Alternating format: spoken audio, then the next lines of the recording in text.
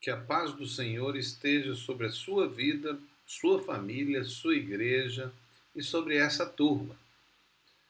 Aqui é o professor Marco Faleiro no Panorama da Bíblia. Você está na Logos Ensino Superior de Teologia. E essa AVA já é a segunda parte da aula dupla 8, que é a aula 15 e 16, na segunda parte da aula 15. Estamos no período interbíblico, também chamado período de silêncio, que vai do cativeiro a João Batista, ou de Malaquias a Mateus, como livros. Nós estamos vendo sempre a linha de tempo, aí está a linha milenar, com 7 períodos, e nós estamos agora no período de silêncio, que é o sexto período, e nesse sexto período é um período antes da chegada de Jesus. Então, o período de silêncio termina com o profeta João Batista anunciando a chegada do Messias, que é Jesus. Depois ainda temos mais um período, que é o período do interbíblico, que nós vamos falar depois. Mas nós lembramos aí do período do cativeiro e nos lembramos também um pouco da história daquilo que aconteceu no período do cativeiro. Nós já falamos isso na aula dupla anterior, né? E depois um pequeno período de retorno, né? Que pode ser considerado até o período do cativeiro para alguns. Mas, de qualquer maneira, esse período, que é considerado o período de silêncio ou interbíblico, não teve uma voz profética. Eu sei que aqui entra uma questão, mas Malaquias já não era já 140 anos, então é uma dúvida, né? Então vamos considerar que pelo menos 260 anos de história em silêncio, sem nenhum profeta, é um fato. Nós então vamos iniciar esse período com a construção do rabinato. Aquele rabinato que depois, no tempo de Jesus, foi o rabinato farisaico. Ele inicia com Esdras e os escribas. E aí surge até nesse período, nesse período do silêncio, 4 grupos, né, que são chamados de seitas, ou divisões da seita da religião judaica. Né? Todos eles são da religião judaica.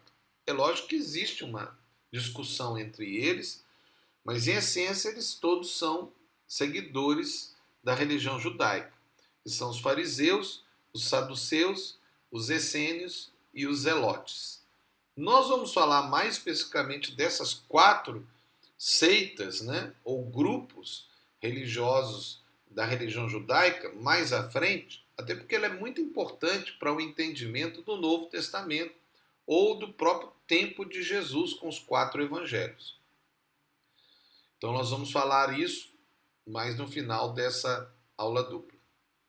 Esdras iniciou um grupo de escribas que mais tarde se tornou a base daquilo que é a seita dos fariseus. Alguns dizem que Esdras seria o fundador do farisaísmo. Sim, em certo sentido é. Ou até da seita dos fariseus. Né? Então, eles são, na verdade, oriundos desse movimento que Esdras iniciou ali no retorno. Né? A origem mais provável dos fariseus, ou perushim, é que tenha surgido de um grupo religioso judaico chamado Hadsim, ou os piedosos, que apoiaram a revolta dos macabeus, em 168 a 142 a.C., contra Antíoco IV Epifânio, o rei do Império Seleucida, que incentivou a eliminação da cultura não grega através da assimilação forçada e da proibição de qualquer fé particular. Isso é um fato que aconteceu já um pouco mais à frente, nós vamos chegar nisso, mas só para falar, teve o movimento dos macabeus, que é o grande movimento do período do silêncio, né? Até tem livros que a Igreja Católica adotou como se fossem inspirados, mas nós não aceitamos, nós já falamos isso na disciplina Introdução à Bíblia, né? Que são livros apócrifos, foram colocados na Bíblia judaica como livros deuterocanônicos, né? Mas não são canônicos, nem os católicos consideram canônicos, apesar de que na prática eles utilizam como canônicos. Mas o fato é que esse período dos Macabeus foi uma revolta contra um dos reis que nasceu dos reinos gregos, né? Porque veio o Império Grego, dominou, destruiu os medo-persas, né? E depois que Alexandre o Grande morre, forma-se 4 reinos com seus generais. E um desses reinos é os Seleucidas, né? E um desses descendentes desses generais, né, que foi Antíoco IV, ele quer acabar com toda a cultura que não fosse grega, né? E aí ele enfrenta e quer até colocar os deuses dentro do templo. É aí que vem a revolta dos Macabeus, que são, como vocês verão, filhos que são sacerdotes, né? Os persas então são enfrentados pelo novo império que se forma, os gregos. Nós vamos falar sobre os gregos à frente, nas próximas avas, né? Na verdade, os persas tentaram invadir a Grécia e foram impedidos de maneira impressionante, como a nova história do mundo foi inaugurada um século antes, né? Com 2 famosas batalhas, que foi exatamente quando os persas tentaram invadir. Já tinham conseguido, né? A Trácia, eles já tinham dominado. Mas com o tempo os gregos empurraram os persas para depois, né? A região da Turquia. E ali sempre houve uma contenda muito grande. Mas houve uma tentativa forte, né, pelo Império Medo-Persa, e os gregos empurraram e destruíram os exércitos, né? Tem aquelas 2 famosas batalhas dos gregos, que detiveram o avanço dos persas. Uma foi em Maratona, em 490 a.C. Até teve aquele caso específico de um homem que correu 42 quilômetros, né, para avisar da invasão, e daí nasceu até a corrida da maratona, né, com 42 quilômetros. E eles venceram o exército persa de Dario I. Em Salamina, diante de Atenas, foi uma outra grande batalha em que eles destruíram 10 anos depois, em 480 a.C., a esquadra persa, né? Porque eles também tentavam pelo mar, mas não conseguiram, né? Então nós temos aí esse período em que a gente vê aí a batalha de Maratona aí já dentro, né, da destruição do Império Medo-Persa. Vocês estão vendo aí 490, né? Aí nesse período nós temos aí a morte de Malaquias, né? E vocês podem ver então essa realidade, né, que nós estamos falando do período de silêncio. Vamos então agora definir os 400 anos de silêncio, da morte de Malaquias ao último profeta João Batista. Malaquias é contemporâneo de Esdras e Neemias, ou seja, ele estava vivo quando esses 2 homens estavam lá em Jerusalém. Sua advertência sobre o dízimo se tornou a sua mensagem mais conhecida pela igreja, ou pelo menos o meio evangélico mais atual.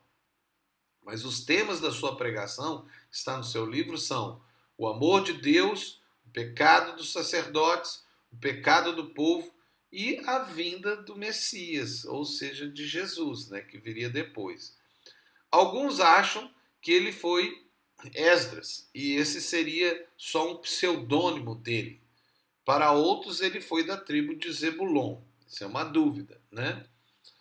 Os profetas contemporâneos naquele tempo foram Zacarias e Ageu. Nós encontramos em Esdras 5:1 e 6:14. Eles profetizaram a partir da volta de Zorobabel. Ageu foi muito ativo na reconstrução do templo. Zacarias foi o primeiro a escrever um estilo novo que estava se construindo na escrita judaica, principalmente no aspecto religioso, porque tudo era religioso, né? Era muito difícil dividir religião de sociedade. A sociedade era religiosa. E foi Zacarias que começou a escrever a sua profecia de forma apocalíptica, né? Nós sabemos que o livro de Apocalipse foi uma escrita apocalíptica de João. Na verdade, uma revelação divina de forma apocalíptica. Mas essa forma foi inaugurada assim, de uma forma bíblica com Zacarias. Ele fala da volta do Messias e sobre a entrada triunfal do Messias em Jerusalém, e até fala sobre a traição. Parece que Zacarias foi assassinado nas escadarias do templo. Alguns dizem que foi Malaquias, pois ele foi o último vivo ou a profetizar em 430 antes de Cristo.